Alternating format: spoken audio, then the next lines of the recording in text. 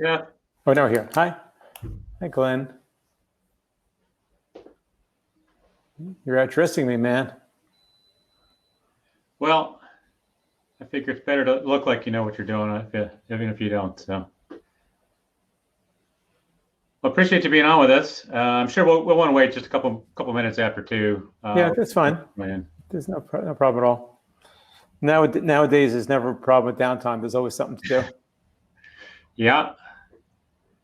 Well, you don't have to get in a car or on the airplane or the subway or any of that stuff to get there, right? Even when you get on the airplane or a car, there's stuff to do. You got your phone with you at all times, you know. And if you pay the $11, you can work with Wi-Fi the whole flight. Also, I've done that a time or two, particularly on a longer flight. It's well worth it. Yeah, it's like I tend to fly business class, so this is going to sound really paradoxical. So I spend the money for business class, but I am so aggravated by them asking me for whatever it is, $29, after I spent a couple of $1,000s. I get aggravated at the thought that I always think it should be included in the price, So I have a couple of times paid for it, but at the middle of a project. But usually I'll just say, the hell with it. I'm not going to give them the money, and I'm just going to work on one of a million other things that I have to do. But I suspect that my days of protesting the business class non-upgrade is going to be over pretty soon. I'm doing whatever is easiest and most comfortable these days. Yeah, the airline industry might be rethinking some of their marketing strategies and stuff too. See what they come up with for what's included in your fare from now on and not. The thing that's hard to figure out is this: with these two vaccines now, when they come out, does everything go back to normal, or are we going to still be in some strange, horrible netherworld for another significant period of time? I hope it's the former. However, I'm guessing it'll be a little while before things go back to the way they were in February of 2020. Isn't that incredible? Just incredible. I mean, it looks like a couple minutes after. I thought maybe Astrid would come on and give us like the cue to get moving, but I think we're gonna get started. You seem to go. Are we like live right now? Is everyone listening to us? I'm pretty sure. Yeah, I think everyone's listening to us talk about the airline industry and everything else. Yeah. So did you want to tell me more about your serious psychological problems and and how you escaped from that federal penitentiary? Oh, we don't have time to unpack that today. It's okay. Not in the card. Well, how do we know if we're live or not? How does this go? Well, I got the chat up. Can somebody tell us if we're live? Yeah, we're live. You guys are live. You've got a great conversation going. It's been very entertaining. well, it's good for everybody to know, Astrid, is that Glenn and I have incredibly great chemistry. So people are going to know now that the next hour is going to be just fabulous. That's right. We are pumped. Okay. I'll let you guys go ahead. All right. Thanks, Astrid. Thanks. Appreciate you setting us up. Seth, we're so pleased to have you take time out of your schedule to join us here today. The Association of Regional Water Organizations, I've told you a little bit about us. We're a relatively new organization, founded in 2016, and still trying to grow our membership. But when I read your book, Troubled Water, particularly there are a few chapters within that, I just said, well, this gentleman gets it, and it's almost like we wrote that for you, or you wrote that for us, more likely. So the opportunity to have you here as our keynote speaker today is extraordinary, and we're so thankful to have your time. Can I just say, though, in reply, is that I'm just a sightseer. I'm just a tourist into the world of water, and you guys spend your whole lives in it. So I say that generically. I'm sure there are women on the call too, but so I'm really grateful to you. You provide safe, clean, always available water for large numbers of people, and that's something that's, as I've learned from my now almost 10 years of working in this sphere, is a lot harder to do than it seems, and that's something that people widely take for granted. So if there's a number of things that I'm very proud of, it's the fact that I've helped to shine a light on the incredible work of your industry. The book has sold many copies, and it can't all just be water industry people. It's got to be some lay people also, and that's very satisfying that people who are your customers are reading the book and developing a new appreciation for what you do. Well, I think very much. You've started a pretty significant effort to increase the ability in our industry. And in fact, rather than read your the back cover of your book here that tells us who you are, I thought it would be appropriate instead. I think everything's backwards on the camera, but I thought it'd be more appropriate. No, actually, it looked perfect. It looked absolutely perfect. Well, it's backwards for me. Okay, you can hold it up all day long, as far as I'm concerned. I'll hold it up all day long. Everyone tuned in today has a copy of this. So if you haven't had a chance to read it prior to this interview, I certainly hope that you get an opportunity to open it up and read through it afterwards. But that kind of leads me to our first question today. Why water, and what motivated you first to write, book one, Let There Be Water, and then book two, Troubled Water, and your 10-year forte into the water industry. Tell us about how you got here. Sure, Glenn. Thank you so much for the question. So it's sort of a circuitous route. I'm not one of these people who had a master plan for my life. What I did have was a desire to do good for society. And I worked first as a lawyer, then I don't know how good that was for society, but I worked as a lawyer. And then one day I had a bright idea and I quit my job at sort of a dumb point. I was just about to be a partner at a law firm and I quit just then. And I started a marketing and branding company, which after a very hard start grew to be a global company. And I had the enormous good fortune about 21 years ago of one of the world's largest corporations approaching me and asking me if I would sell my business to them. And I was still fairly young, and I was excited by the opportunity to devote the rest of my life to public service, not in the sense of running for office, that never had any appeal to me, but the sense of serving society. And so I did sell, and then after a transition, I've devoted myself really full-time to a variety of not-for-profit activities. And in fact, good point to point out that even all the royalties from the books, get 100% of them, the royalties gets donated to water-themed charities. I don't keep a penny. So what happened was I was working on a bunch of Middle East issues, and I began to understand the role of water scarcity in instability. And that led me to wonder why our public officials, our elected officials, weren't doing more to try to ameliorate water scarcity problems, not just in the United States, but around the world as well. And that led me to starting to research what solutions we could find for water scarcity. And it turns out even the driest place in the world could be hugely water abundant if you plan for it. Water problems, as everyone on this call knows, except for a water main break, and even that, I suspect, do you the favor of never sort of like coming at you like a typhoon. It's not a surprise. Most water problems come at you slowly and give you lots of time to fix the problem. And so I ended up doing a lot of research on it just out of my own curiosity so I could help educate elected officials about it. And along the way, I realized there was just no book that was told the story. So I wrote Let There Be Water. And I thought, one and done, I wasn't going to write another book. I'm not a professional book writer. And then the book became a surprise Cinderella success story. It became a New York Times bestseller. It's now out in 19 languages, although I got a call about an hour ago from somebody who wants to bring it out now in Arabic. How great is that? And that'd be my 20th language. And that led me to, while doing that book, led me to start thinking about and reading a lot about water quality issues. Although water quantity and water quality are usually not crossed, one of the people I interviewed said to me that actually water quality was a concern of water quantity, because when people lose faith in their drinking water, in a sense, it goes offline. And so that led me to wonder what is in our water. And while I was on the road, as I said, the book was a big success, and I went on the road. I did hundreds of speeches, and to wonderful audiences here, there, and everywhere. I was in 26 states and 68 cities, and many of them multiple times. And I spent my evenings in the hotel rooms reading about water quality issues, boring guy that I am. And I said to myself, this is an amazing story that nobody's told. So I decided to bear down and really learn the science, learn endocrinology, and learn chemistry, and learn what I had to learn. It took a while, but I mastered it. I'm a liberal arts guy, so it was a little harder for me. I'm not an engineer.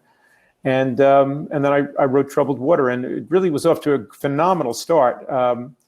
Among other great readers of the book, a number of people in the White House got a copy of the book when it came out. And I got invited to the White House a total of 5 times, actually, to talk about water issues. And as late as as late as mid-February, they were talking about hosting a national water conference hosted by the president and me as the convener with him. So we were on our way to something really very special, but I think something got in the way sometime around March. So that changed a lot of things for a lot of people. Sure did. Boy, we got the right person talking to us here today. One of the things first before, so we're going to talk through a couple of the chapters. Obviously, there's not enough time for us to go through the whole book, but I really appreciate your intention, and I think you do a very good job carrying it out, and that is to educate the public about the challenges instead of scare them into maybe making a poor choice and doing something. I'm not at all in the business of scaring people. I'm interested in pointing out to them problems and pointing out to them solutions. I try to do it again, not everybody has read the book. I try to do it in a way that's easy to read. This is not meant only for engineers and water professionals. I had in my mind as I was writing it an intelligent 11th grader who I knew. And I thought to myself, if he can understand all of this and his sister, who was a freshman in college, can understand and enjoy all this, then I've succeeded. And so I had a wonderful experience with somebody in Texas when I spoke outside of Dallas. He told me that he got his wife to read the book. He was a 40-year water professional about to retire. And he said he gave his wife the book to read. And she said to him that finally, after 40 years, she finally understood what he does for a living. so it's had that effect. But yes, so this book became very much of a way to tell the story. I'm not interested in scaring people, but I am very interested in galvanizing action and attention and getting people motivated to spend more, to focus more, to think more about water and water issues. Okay, thank you. And so we're going to start off with the sections around Chapter 7, the water industry, which is obviously where we spend most of our time in this organization. And obviously the Association of Regional Water Organizations, we look to regionalize the water industry, and consolidation is one of the main solutions that you have to the challenge. So I don't have a big slide deck, but I have a couple things I want to share. I don't know if we can take my face off for a minute and instead put my screen on. Is that something we can do? Astrid? Or maybe they can, I don't know, I'm worried. Oh, there it is. Really small. We can see it. You're good. Okay. So our friends from EJ Water have kind of worked up this set of slides that compares the water industry to first natural gas, and then the electric utility industry. You see that each dot represents, the kind of the headquarters of a utility, and then the water industry, which you can see anywhere, certainly east of the Mississippi, is one big blob. I actually want to quote Dr. Daniel Oakham from he's recently, well, he's deceased in 2012, but a North Carolina professor. He says the historical development of the individual community water system will undoubtedly give way in the future towards large-scale comprehensive supply systems, both for economies that can result from regional water reservoir development, as well as economies of scale in treatment and distribution. The absurd complexity and duplication of water supply facilities, as witnessed in many metropolitan regions in the U.S., cannot much longer be tolerated. Right? And he said this in 1965 when there was. I was going to say, was that book written in 1950? Yeah, that's why I put that one up. I'm going to stop sharing the screen now. I do have a couple other slides for further in there.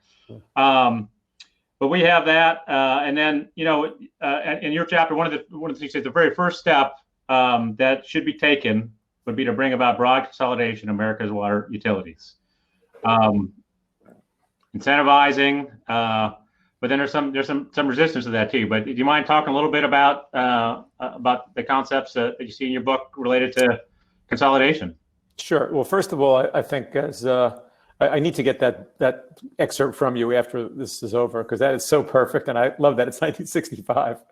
I'll no doubt start using that. Look, I think that for all kinds of reasons, from everything from health to cybersecurity to economics to quality control to maximization of resources, that you must consolidate this industry. We have, depending on how you want to count it, we have over 50,000 water systems. We have another 107,000 of these sort of one-off, colleges, camp towns, restaurant water systems.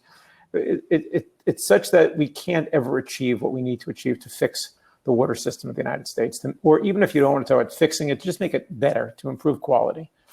There are too many very small ones that don't have enough money to fix infrastructure, to hire the very best people, to buy latest technologies. And that's not going to change. It's going to just get worse, actually. You have a very large number of vacancies in water companies right now, and that's projected to grow much worse over the next 10 years as a whole wave, perhaps as many as a third of current employees begin their retirement. So this is really, you would think it is not sustainable, yet nonetheless, for all kinds of mostly political reasons, politicians, mayors mostly, have made the decision that they want to control this for the revenue that it produces, for the control it produces, for the patronage it produces. And the only ones who benefit are frankly, the people who are either the politicians or the people who actually work for these way too many utilities. So I am not a coercive guy. I'm not an authoritarian. I don't believe that we need to whip people into doing what they don't want to do. So I would say at a minimum, let's do the following. And that is this. Last year, there were 80,000 violations of the Safe Drinking Water Act in the United States. About 12,000 of them were health violations, but we know from academic research that it's probably double or triple that number in reality because of underreporting or people who take the penalty for non-reporting versus sharing the real bad news. So of a health violation. So what I would do is the following. I would have the system, which is to say, any water system that has 2 consecutive years or 3 consecutive years, it doesn't, pick as liberal a system as you want, that is a health violation, and it's the same health violation for 2 or 3 years in a row, is then given 12 more months to do one of a few things. Either fix the problem or consolidate with someone else who gives you an opportunity to start thinking about your system differently, or start paying fines. Any one of those 3 seems to me to be smart and fine, but because I'm not opposed to the vast number of utilities just on principle, just on the inefficiency of it. I'm opposed to it because I think it's a threat to the country from a national security point of view of cybersecurity, and I think it's a threat from a point of view of healthcare, of the health of people because of contaminants in the water. And so once we have, I think, winnowed out the very large number like that, you're going to start seeing a significant reduction by tens of thousands of water systems just from that. In addition, I think it would be wise for states to start providing incentives, economic and otherwise tax incentives and infrastructure grants and so forth around utilities that are prepared to consolidate. I also want to add one other thing, because I know we have a lot of things to cover, so I don't want to only talk about consolidation. I want to say one other thing, which is that people constantly, I do many of these Zoom things, and before that I was on the road doing speeches every day. So I get the same question over and over again. So I wanted to spell something right now. Consolidation doesn't have to be geographic consolidation. It doesn't mean that, EJ has done a very good job, and you have done a very good job, and likely others on this call have done a very good job of consolidating on a geographic basis.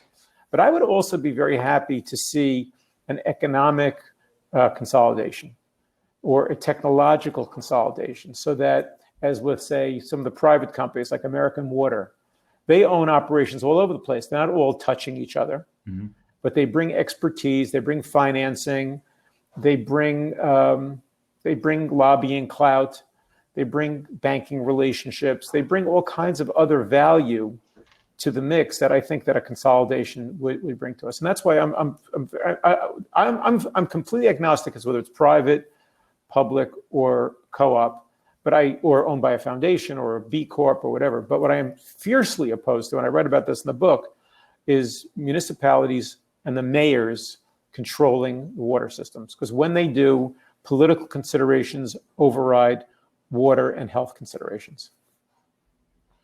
Yeah, it's pretty common. I've worked for a couple of municipalities in my career, and certainly found that the mayors and council, they're typically the water and the wastewater, as long as the faucet comes on and the toilets are flushing, they've got bigger things to be concerned about. Yeah, by the way, I'm more cynical than you are, which is yours is that it's just sort of benign neglect. They don't, they want to focus on police and education. That may be true, but I think politicians think in political terms most of the time, and therefore raising water fees, which again, I don't know if we're going to talk about pricing at all, but I think that water is almost universally mispriced, either too high or too low, ironically. And I think that we ought to have a more rational conversation about water pricing. Oh yeah, we're gonna whatever the time permits. We've got plenty of to cover. One of the things our organization is working on is we're trying to work on a pilot program to look at a few states where we have a pretty heavy concentration of members, and bring an expert in and really draw maps of all the systems in the state. And this is more of the geographic consolidation that you kind of mentioned before. Really try to do that to try to establish the baseline and figure out where there are opportunities, because we're not sure that even anyone's really identified the opportunities other than maybe your next, the neighboring system right down the road from you has some issues, that kind of stuff. And I do want to say kudos to the state of Ohio. We're able to, we're working on a consolidation project right now where they've given us a 30-year interest-free loan that's going to be paid by the system that we're taking over as they join our new customer base. But they're doing the right job to incentivize, making it as easy as possible for them to join a bigger system that's better. Glenn, how many water utilities or systems are there in Ohio? I want to say 2,500. That's probably what I know. Significant number. And how many are part of a co-op or consolidated in, let's say, the last 5 years? Not many. How many have consolidated within the last 5 years? Probably 50. 100, something like that. That's my point. So you get 2,500. I think it's actually more, but you got 2,500. Probably more. And you got 50. So you need to do something to up the tempo here. You need something to get people thinking about this in a different way. And by the way, and that's one of the key reasons I wrote the book. I offer, I see there's about 46 people on this call. I offer to anyone on this call to be in touch with me if I can be helpful to you in your own community. I do a whole bunch of community reading programs where we get a community-wide conversation going with elected officials, media, teachers in high schools and local colleges, and so forth, to get a conversation going as to why this is in your advantage to do this. And I like the systems programs very much. I don't like to just talk to professionals. I like to also talk to people, because what I believe is that the more that you have the ordinary citizen asking for it, the more of this is going to happen. The thing is about water is that water is the silent service. Nobody knows about, it's called the submarines, but it's a silent service. If I love giving this example, so I'm sorry if anybody has ever heard me give it before, and that is that if tomorrow morning somebody in your community or any community would wake up and will walk into the local park and every third tree was broken, or go to the local school and every third blackboard was shattered, or pick your example, or every third police officer was wearing dirty, torn clothing, there would be an outrage in the community. It wouldn't take a day before the local newspapers would write about it, before people would be calling the mayor and finding out. Yet we have communities in America where 40% of the pipes are broken, where we lose vast amounts of water to leaks, where where you can't get high quality service. And that's totally a function of the fact that people don't know what they should be doing or could be doing. And as I think you said at the outset, as long as people can turn the tap and water comes out, that's the end of the conversation. And that should not be the end of the conversation. One of the main mottos our organization has is to serve the unserved and the underserved. So in the case of the unserved, in our instance, we're talking mostly about folks that are on private wells, and you touch on this quite a bit in your book. Yeah. 13% of our nation, 42 million people, are on private wells, and from what I read, a third to a half of them may have some serious health concerns. Huge. Touch on that a little bit. Yeah. I mean, I'm not just to identify who I am. I mean, there's a highly political era that we're in right now, so people like to know who are you, kind of thing. So I am a kind of a classic centrist, which is odd because I live in Manhattan, where everybody is not. Just being a centrist makes me, an arch conservative here. But I'm a centrist. I'm a pro-business guy. I believe that business can do a lot of good things. I'm not anti-business at all. I think that business needs to have rules set for it. And what I think is the problem that we have here is that we've broken down our water systems in such a way that we're not achieving what we're trying to achieve with them. And if we had designed our systems from the get-go, if we were designing it today from the get-go, there's no way we would have a system like we have today. And so I don't suggest that we're going to end up being like the UK, which has 20 or 30 water utilities. But I do think that we have a excellent opportunity by educating the public, to get people to start thinking about this in a different way. And I have a story for you to be able I'm sorry, but I didn't answer your question, because your question was about private water wells. And so I'm sorry, I ran off track a little bit. But what I do want to say is that one of the things about the book, and I was not, my point of talking about my political orientation is I'm not some sort of bleeding heart liberal type personality by orientation. But what was very sad for me in the book was to realize that people living on Native American reservations, people living in poor communities, certainly those 40 some odd million Americans with private water wells really are victims. They're victims of a system that chooses not to notice them. And in fact, I'm sure everyone on this call knows that if you go to the EPA website and you type in private water wells, a message comes up that says the EPA takes no responsibility for private water wells. You're on your own. I mean, not exactly those words, but words to that effect. And that, to my mind, is really very sad. Likewise, I talk about Native American reservations in my book, which is not necessarily everyone's concern here, but it's become a cause that I've kind of adopted. It's really quite an outrage. These are people who have been victimized again and again, and they're being re-victimized again now with terrible, almost universally terrible water, most of which does come from private water wells. And so this is a problem that cries out for attention. And I don't want to reveal any private conversations I had during those White House meetings, but it was one of my requests of them that I said, look, forget about the fact that these are probably red states, most of them, or many of them, and many of them might be your voters. I said, but this is something that is just crying out for attention. And somebody in one of the meetings said to me, but who's their advocate? Who's speaking for them? And that's another reason why we need to organize and have call it a lobby for water, because if what you are doing helps to elevate that issue, God bless you. It's fantastic and fantastically important, because right now these are people with no political power and no voice in the corridors of power. Yeah, we have big regions of our country that have very, very poor groundwater, and that's the reason a lot of our systems started that are part of this organization. So I want to give you one story that you can maybe use on the road, and it's just a quick example, but God willing, we should be on the road. Yeah, whenever that happens again, might be a virtual road. On our system, I know a pretty big pig farmer pretty well, and he always used his wells to water his hogs, and then he had an issue with the wells, so he had to switch over to the Delco water system just for a short period while he got this maintenance.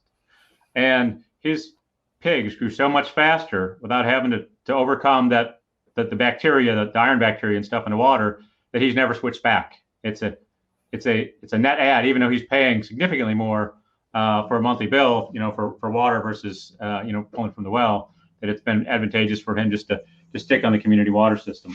Glenn, can I tell you something? We're talking about pigs, but can we talk about humans for a second? Yeah.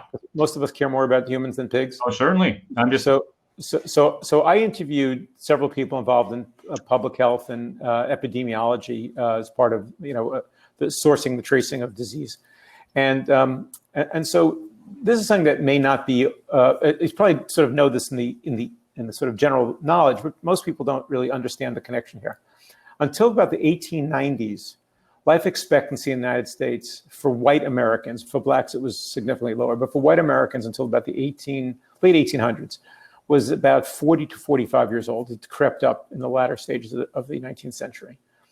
And then in the first 20 years of the last century, when we introduced wastewater treatment and most significantly, I talk about this in the book, when we introduced chlorination and disinfection of drinking water, life expectancy started rising significantly. and reached the point where within a matter of about 20 years, by the time of the Great Depression, life expectancy was 65 years of age. That's 25 years additional. It's amazing. And that's why Social Security was made at age 65, because that was life expectancy. And of course, since then, it's gone up yet higher. So there's a whole bunch of studies that suggest or prove, I would say, that the reason why life expectancy grew in the United States so significantly was because we transformed our drinking water. And there's a very respected professor at Tufts Medical Center, who I write about in the book, who believes that if we would focus on the quality of our drinking water everywhere in America, that we could pop up not only just life expectancy, but levels of disease and other health hazards by a very significant amount.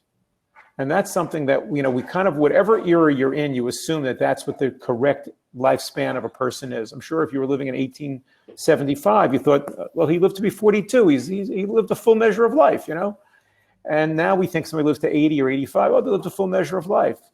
But in fact, there's no reason to say that we can't be working 10 years more and traveling 20 years more and being more satisfied with our lives and being less health plagued.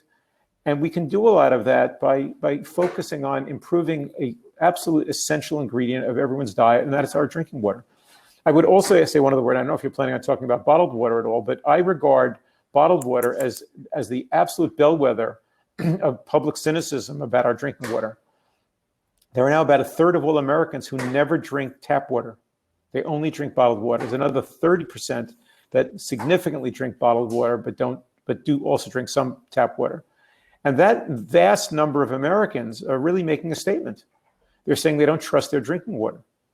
And I think that for the money that we are spending on bottled water in the United States, which is many, many, many billions of dollars a year for 70 billion individual containers. Think about the pollution and the solid waste problem that creates.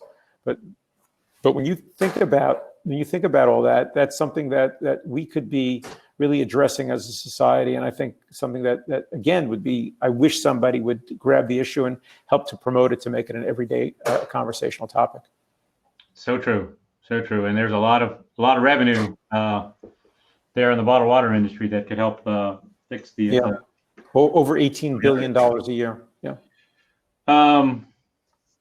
Let's take a look, see what else I've got on here. So I did other stuff about the cities, that the challenges with considering it a tax and then rating the enterprise funds, but I want to skip on past that right now.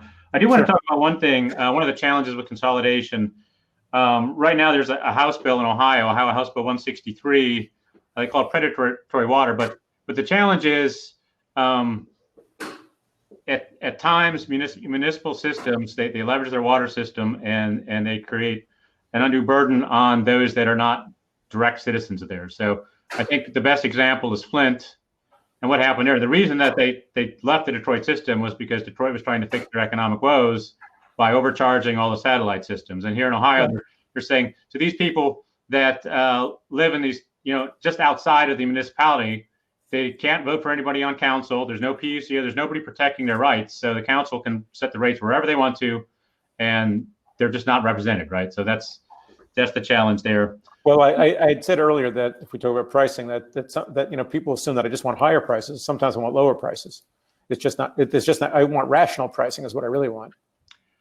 I'm going to share my screen again because we already hit on this one time, but it's the privatization discussion, and this compares Minnesota, a state in the U.S., obviously, with the UK, and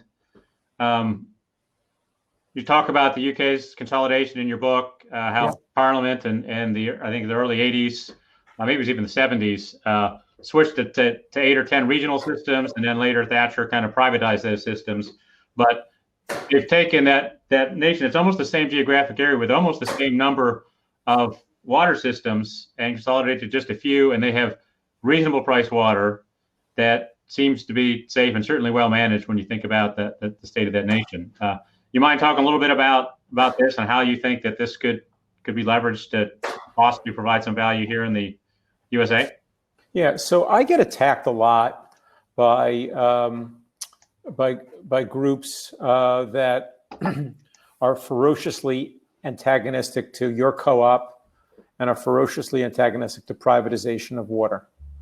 And they have a kind of a ideological, dogmatic approach, and I am purely pragmatic. As I keep saying, I'm agnostic as to who owns the water. I just want the water to be intelligently managed for the benefit of all.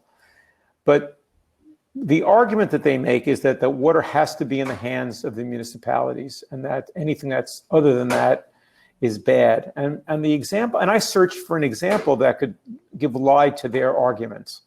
And the UK, as you point out in that map, is the perfect example. So, and why is that the case? Because UK now is a purely privatized system. There are, I think, 20 or 30 water systems now, but they are all highly regulated. And that's exactly what I think is the essential role of government in this. Government should set the rules of the road. This is what we expect of our water. This is what we expect of our water system. This is what we expect of our water quality. And you go ahead then and figure out whether it should be private companies, whether it should be parts of conglomerates, whether it should be co-ops, whether it should be municipalities that want to bid for it. I'm fine with any of the above. And then what they do in the UK, which I find so incredibly impressive, is that they set standards, everything from what the acceptable profit margins are at the company, return on investment for capital, to of course, quality of water issues, with severe penalties and fines if a utility fails to hit that threshold. And even, and this is one I love best, even one that penalizes any utility that is not innovating fast enough, and they use as a benchmark the 3 or 4 or 5 leading utilities in their innovation. So everybody brings everybody else up. I mean, how great would that be if ARWO, I don't know if you use it as an acronym or initials, but how great would it be if ARWO would be in a situation where everybody in your neighboring communities had to come up to your level, or if not, they'd be penalized. How great would that be? But that's not the way we work it here, but that is how they work it in the UK. And I love that by the way, Israel, which I know a lot about because my first book, Israel has a very, very similar process as well.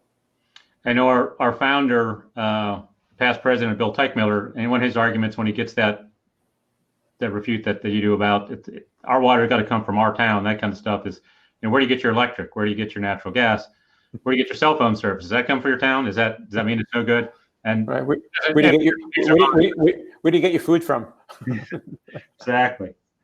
We're doing great here, but I feel like we're running low on time, so I want to get on to some of this other stuff. Okay, are we also going to open the door to other people? If not, I certainly like to. I did want to definitely get through this next section. I want to offer something real fast because I have a hard stop at 3. I think you do too. So I want to offer to everybody. Sometimes it happens, not sometimes. Almost every time it happens after one of these things go on, is folks say, "I wished I had a chance to ask you," or "I was shy," or whatever. So I want to give you my contact information, so that anybody who now or later would like to be in touch with me, either for a question you have yourself or to invite me into your community, I would like to have that conversation with you. So you can reach me either through Twitter. I'm at Seth M. Siegel. It's M like Mary, and Siegel, Siegel. Or you can contact me through my website, which is www.seth, S-E-T-H-M like Mary, Siegel, SIEGEL.com, and I respond to every email within, generally within a few hours, but certainly within a day. Certainly does. I can attest to that. Let's talk about the Safe Drinking Water Act. You suggest, amongst other things, moving drinking water from EPA to Health and Human Services, but the intention of the Safe Drinking Water Act was to continually raise, almost sort of like that innovation program you had. Every few years, we're going to add some more contaminants. We're going to fix things. So in theory, it ought to be doing a good job and continuing to make sure that every year we're drinking water better than the year before, on a holistic basis. However, you point out very candidly in your book that there has not been any new contaminants added in 25 years, and that it's just not quite operating the way that it was intended by Congress. And it's been amended so that the EPA, if they wanted to investigate more contaminants, they're now banned at investigating more than 25 in any 3-year period. So they're underfunded on budget. So it's a vicious circle. On the one hand, Congress says, well, they don't do very much anyway. Well, why don't you give them more money? And EPA says, well, we can't do anything because we don't have enough money. So and then academia, which is also a wonderful place for doing research, is generally underfunded as well because industry, big chemical companies and so forth. And again, I'm not anti-business at all. I am pro-business. But big chemical companies prefer to not have a spotlight shined on their practices. And so the academic researchers find themselves having a hard time getting independent funding for their research. It's a big problem. And whether or not we transfer control of water from EPA to Health and Human Services, I can't say about that necessarily. But what I can say is that what we do need to do is to have a kick in the pants of how it's administered. And I want to point out one other thing, Glenn, again, because we're in this political silly season just ended, and that is it is rhetorically the case without any question that Democrats are more forward-leaning when it comes to environmental issues. There's no question about that. It wasn't always the case, by the way, but it is today. But other than rhetorically speaking, there is functionally no difference whatsoever. I track this, and it's reported in the book. There's functionally speaking no difference between Democratic presidents, Democratic houses of representatives and senates, and Democratic EPAs than with Republicans. And so whether you have divided government or all of government in one party, it makes no difference. In 2009, when the Democrats had the Senate, the House, the EPA, and the White House, nothing changed. And that's, they talk differently, but in terms of results, nothing was different. And that's something that, again, is not going to change until you have more people like Bill Teichmiller, like yourself, like the many dozens of people who are on this call, and more importantly, their communities start being aware of what's going on and start to demand more. I play a parlor game when I do these, when I used to do in front of audiences. I would say, there are about 100,000 chemicals in commerce in the United States. How many of them do you think are regulated by the EPA? 30,000, 40,000, 10,000. Okay. I'd say it's too many. Bring it down. But no one ever went below thousands, and the fact that it's 70 chemicals, are regulated, and then I say, okay, we don't want to regulate for the sake of regulating. When was the last time you think anything was regulated? And of course you gave away the punchline, it was more than 20 years ago. So that shocks people, and it should shock people, because there are so many contaminants in our water, and we don't know the health effect, and we should know the health effect. So one of the things you write in your book, really, I thought it made me reflect on myself a little bit, and that's that our utility employees, as the management, are they public health agents, or they consider themselves utility providers? Yeah. And the answer for me is well, both. Sometimes I'm a public health agent, like you're in the middle of a coronavirus case, and I need to make sure the health department pays attention. You understand we're part of the public health backbone of this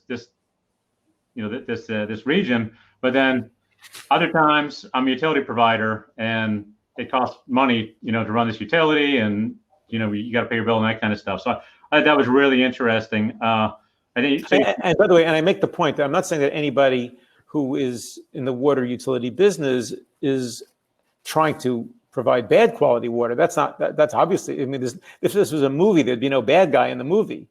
But the point is that we have upended the incentives for turning you parting you and your colleagues and all the water companies in America to think of themselves as part of the public health infrastructure of your community.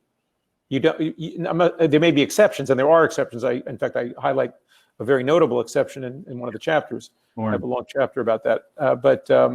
But in the main, people think of themselves as commodity providers and not as public health institutions. Yeah, in fact, I'm gonna quote you here real quick. At the risk of overgeneralizing, utilities deliver water that is good enough at the lowest cost possible. As a result, rather than providing the best water possible, utilities end up providing that good enough water, with good being defined by what is minimally demanded by the EPA and its state counterparts.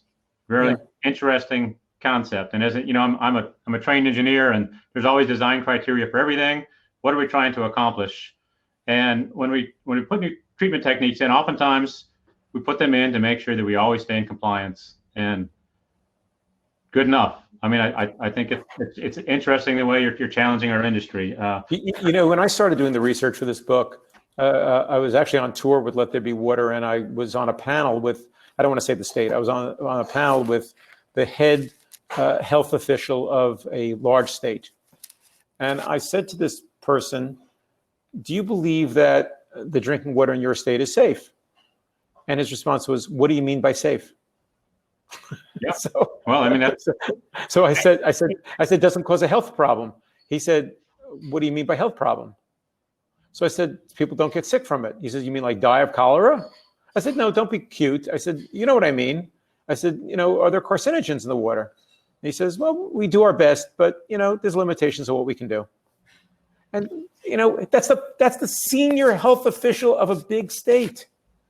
Yeah, and so we've talked a little bit about bottled water before, and I've had that question before, and I tell folks that that the tap water, there's very low risk in your tap water. There's the bottled water is a good product. There's very low risk in your bottled water, and it's the bigger risk is driving to the grocery store on a road system to get the bottled water than it is drinking the tap water. I'm very confident in that state, but the risk could be less, right? Yes, certainly could. exactly. I share one more thing, and then I want to take some questions before we run out of time here, because we're doing a great job filling the time talking about these things.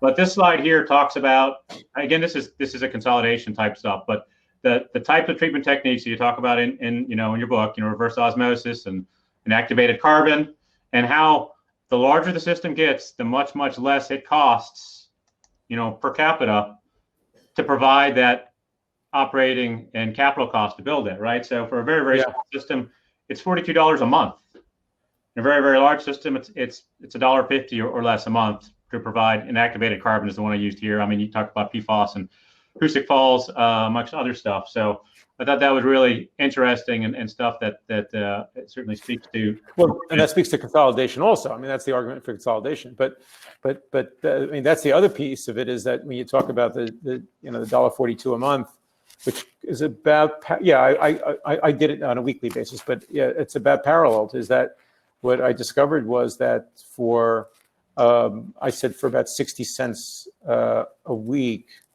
we could, 60 some odd cents a week, I forget the exact cent number, but it was 60 some odd cents a week, we could have water that's far cleaner, far healthier, far more protected for all of us. Look, let's be honest about it, is part of the problem is that we are an industry which is not rewarded for innovation. So we are still using techniques and technologies that were primarily invented around the turn of the 20th century.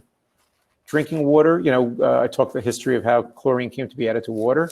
It's a thrilling story. I mean, it's not a boring story. It's a thrilling story of how it happened, and of how brave the man was, and how the abuse that he got for doing it.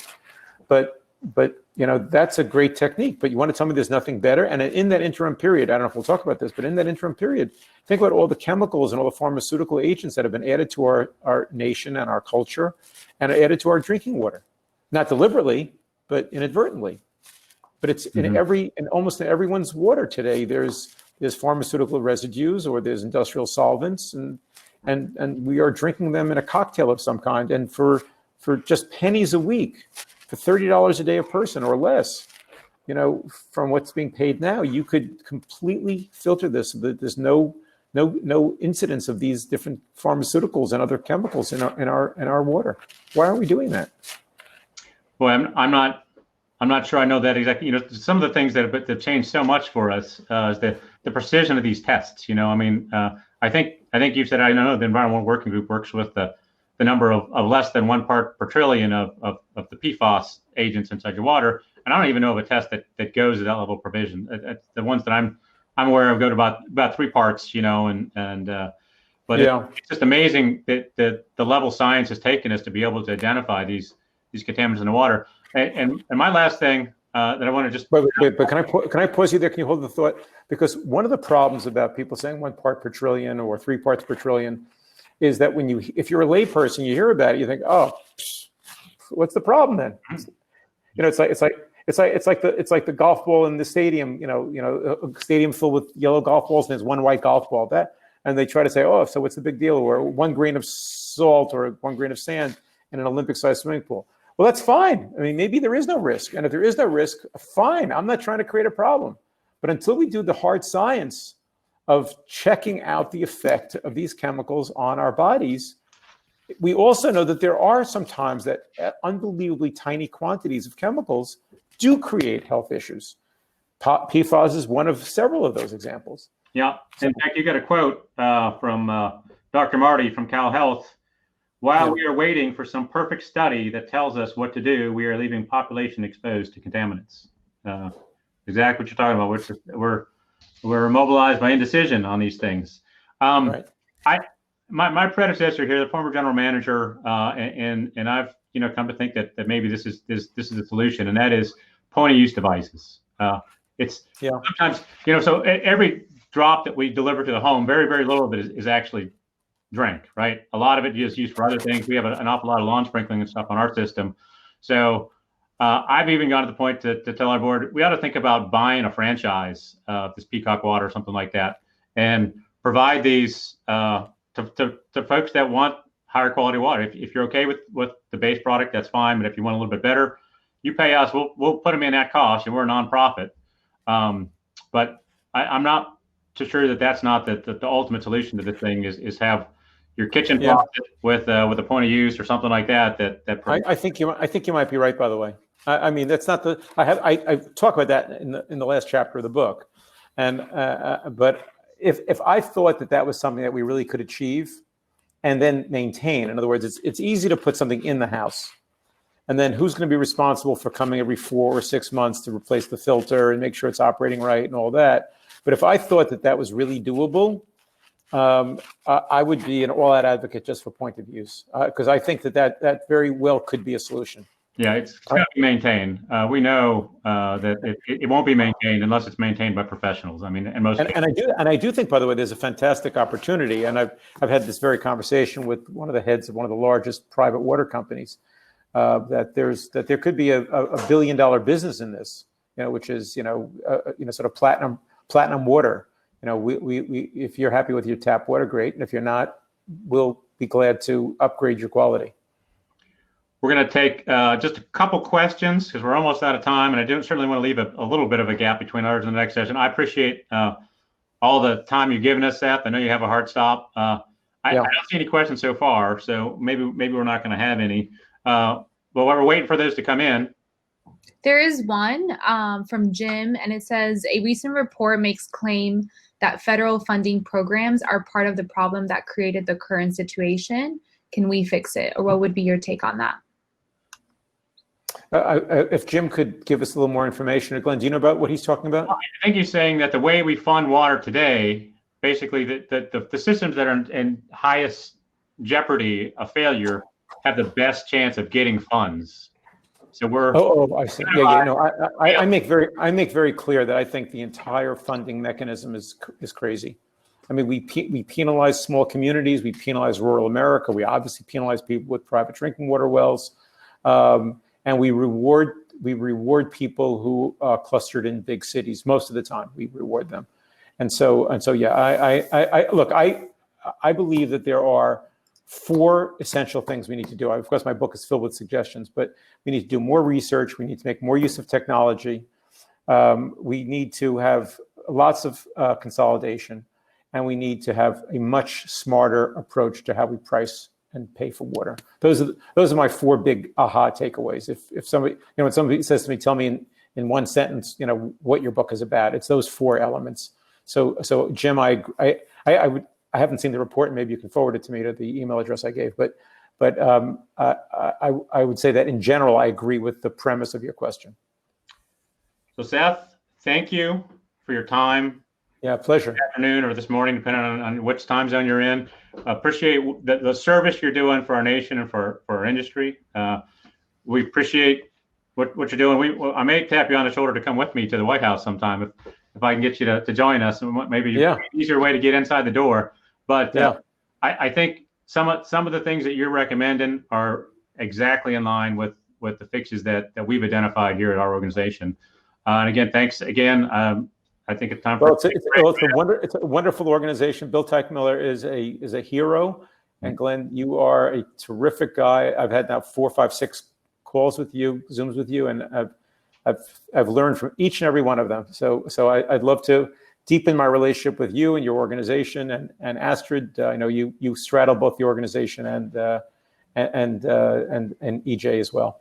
So thank you all. Thank you for inviting me. And anyone has a question, follow up. If not, I'll see you at the finish line. Bye-bye. Thank you so much.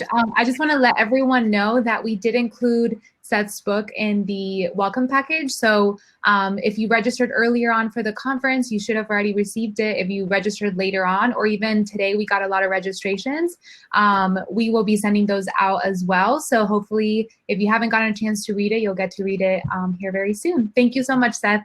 Thanks, Astrid. Thanks. Have a good one. Bye-bye. Bye.